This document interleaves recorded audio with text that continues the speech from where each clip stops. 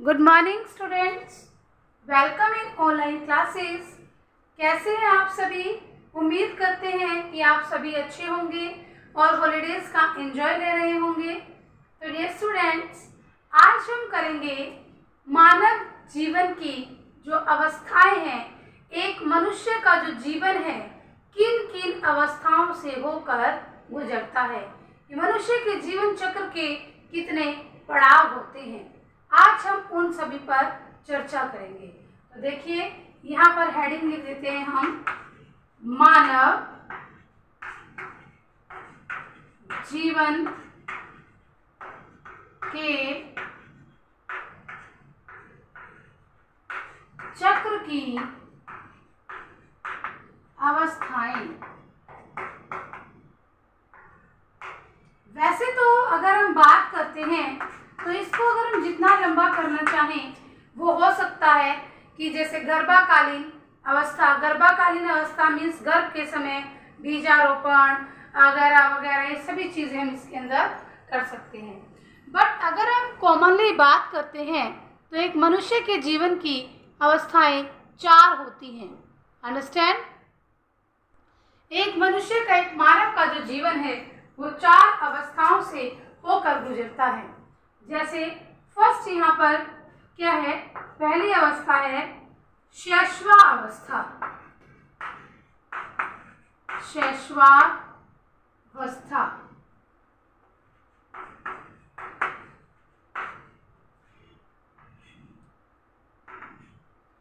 Second है बाल्यावस्था।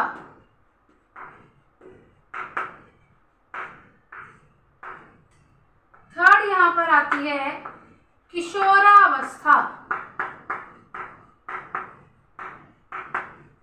एक तो बच्चों को लिखना ही नहीं आता, वो किशोरावस्था की जगह पता क्या लिखते हैं, किशोरावस्था। किशोरावस्था, किशोर प्लस अवस्था किशोरावस्था, बाल्य प्लस अवस्था बाल्यावस्था, शैशव प्लस अवस्था शैशवावस्था।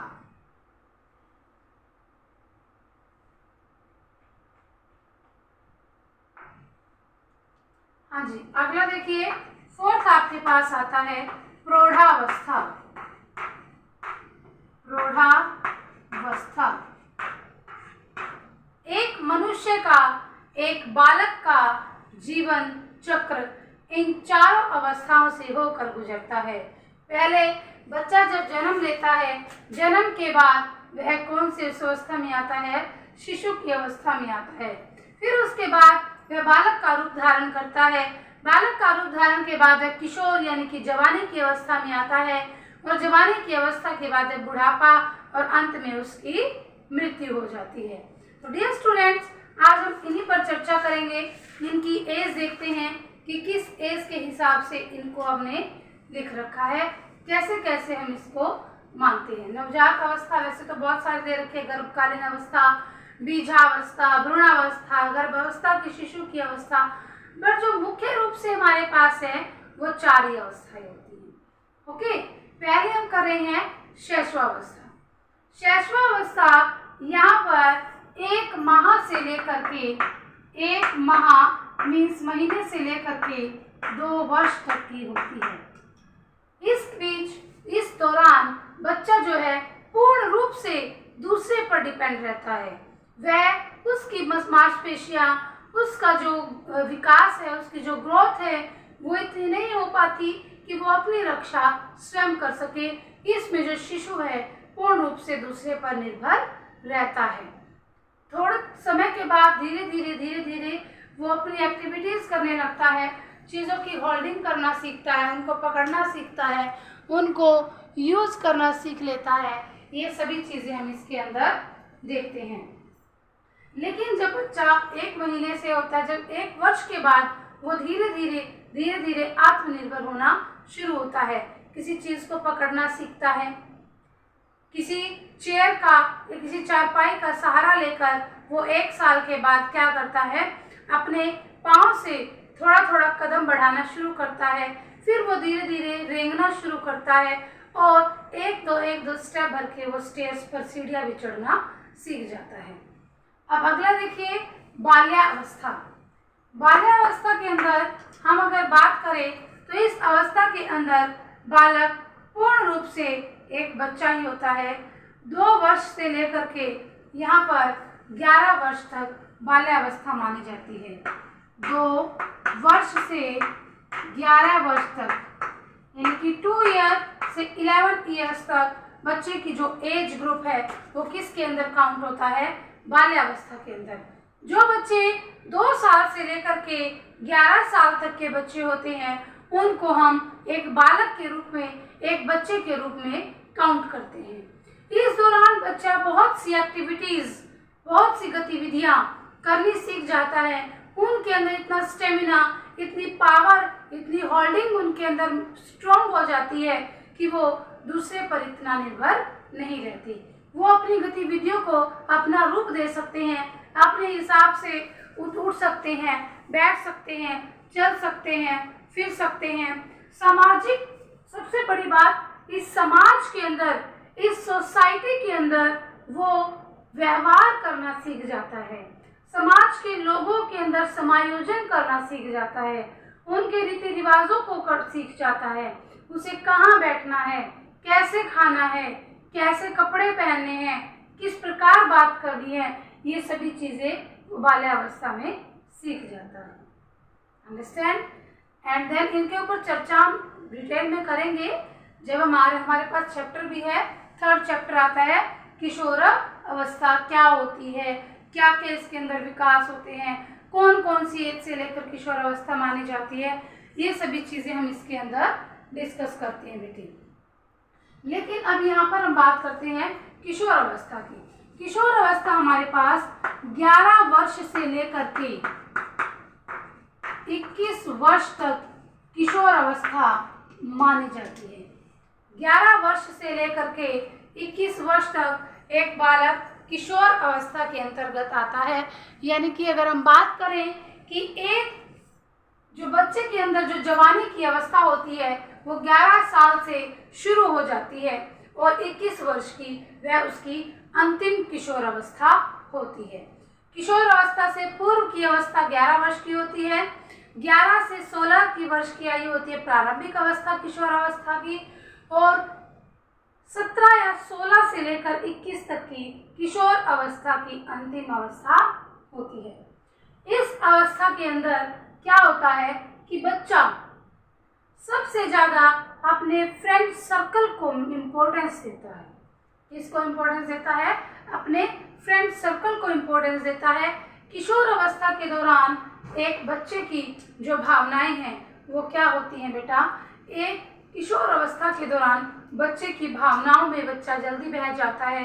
उसके जो संवेग हैं, उसकी जो भावनाएं हैं वो जल्दी ही उनके अंदर उतार चढ़ाव आता रहता है। ये सभी भी हम किसके अंदर देखते हैं? किशोर अवस्था के अंदर हम देखते हैं। किशोर अवस्था को एक तूफान की अवस्था कहा गया है, एक परिपक्वता की ओर बढ़ना। यह वह स्टेज होती है, ये वो स्टेज होती है जिसमें बच्चा क्या करता है? मैच्योरिटी को प्राप्त करता है, मूव टू मैच्योरिटी, मैच्योरिटी की तरफ मूव करता है। और इसके अंदर उसके जो संवेग हैं वो क्या करते हैं? उनके अंदर उतार चढ़ाव आते हैं। ऐसे में बच्चा जल्दी चिढ़ जाता है, जल्दी ही शांत हो जाता है, जल्दी ही गुस्से में आ जाता है। अब ये अवस्था के अंदर बच्चे की तूफान, संघर्ष, दबाव, तनाव की अवस्था हम इसको कहेंगे। इसके अंदर बच्चा अपने माता पिता की बजाय अपने साथी समूह के साथ व्यवहार करना ज़्यादा अच्छा मानता है, अपने फ्रेंड सर्कल को ज़्यादा इम्पोर्टेंस देता है। नेक्स्ट हमारे पास आती है 21 वर्ष से लेकर के 60 वर्ष तक। 21 वर्ष से 60 के आगे की आयु वर्ग किसके अंदर आती है? प्रौढ़ावस्था के अंदर आती है, यानी कि बुढ़ापे की अवस्था। इसके अंदर व्यक्ति का जो विकास, देखिए शैशवावस्था में जो विकास है ये बताना मैं आपको भूल गई थी। वैसे कल हमने सिद्धांतों में भी चर्चा की थी कि प्रारंभिक की अवस्थाओं में विकास की गति क्या होती है? तेज होती है। किशोर अवस्था और प्रौढ़ अवस्था जैसे जैसे उसकी अवस्थाएं बढ़ती रहती हैं, वैसे वैसे एक मनुष्य के विकास की जो दर है, गति है, वो धीमी पड़ती चली जाती है। तो इसी प्रकार से प्रौढ़ावस्था के अंदर भी बेटे हम बात करते हैं, क्या करते हैं कि प्रौढ़ावस्था के अंदर व्यक्ति के अंदर क्या आ जाती है कि वो अपने जो उसकी एज ग्रुप के हिसाब से जो उसका समय है वो उसके लिए काटना कठिन हो जाता है। क्यों? क्योंकि जो जॉब वगैरह पर होते हैं वो सेवानिवृत्त हो जाते हैं, यानी कि रिटायरमेंट की तरफ आ जाते हैं, वो रिटायर्ड हो जाते हैं। तो वो क्या करते हैं, अपनी ताकत, अपनी स्फूर्ति और उनके काम करने की दर, उनका मानसिक स्तर, ये सभी चीज़ें क्या हो जाती हैं, डाउन होने लगती हैं। ये सभी भी हम इस अवस्था के अंदर हम पढ़ पाते हैं। लेकिन इसके अंदर वो अपने उत्तरदायित्वों का पूरे तरीके से निर्वाह करते हैं, अपने जो उनके उत्तरदायित्व होते हैं उनको वो पूरा करते हैं। तो अब इस चीज़ के अंदर बेटे देखिए, अब इसके अंदर क्या कहते हैं कि चाहे कोई भी व्यक्ति है वो पहले एक शिशु के रूप में जन्म लेता है, फिर वो धीरे धीरे ग्रो करता है, वो एक बालक के रूप में होता है, फिर वह जवानी की अवस्था में पैर रखता है और फिर वो प्रौढ़ अवस्था मीन्स बुढ़ापे की तरफ कदम बढ़ाता है। कोई भी मनुष्य हो वो इसी जीवन चक्र से बार बार गुजरता रहता है, बार बार जो सर्कल हमारा चलता रहता है।